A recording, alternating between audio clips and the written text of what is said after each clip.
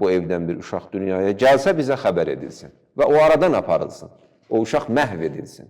Hətta məmurlar vaxtlı-vaxtsız daxil olurdular İmam Həsən Əskərinin evinə ki, görün bu evdən uşaq səsi gəlmir ki. Birdən uşaq dünyaya gələr, birdən bizim xəbərimiz olmaz, adam göndərirdilər. Belə işləri var idi. Uşaq dünyaya gətirən qadınlar ki var, biz ona mama deyirik indi, qabilə.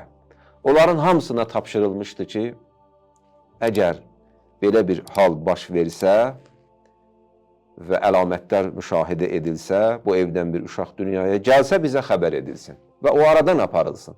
O uşaq məhv edilsin. Məqsəd məhv eləmək idi, aradan götürmək idi. Yəni, başqa dinlə desək, Həzrəti Məhdinin dünyaya gəlişi Həzrəti Musanın dünyaya gəlişi kimidir. Həzrəti Musanın da dünyaya gəlişində həmin prosesi idi də.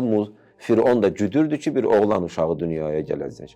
Ona görə nə qədər anaları gözü yaşlı qoymuşdu və nə qədər uşaqları, oğlan uşaqlarını öldürmüşdü ki, birdən bu həmin olar.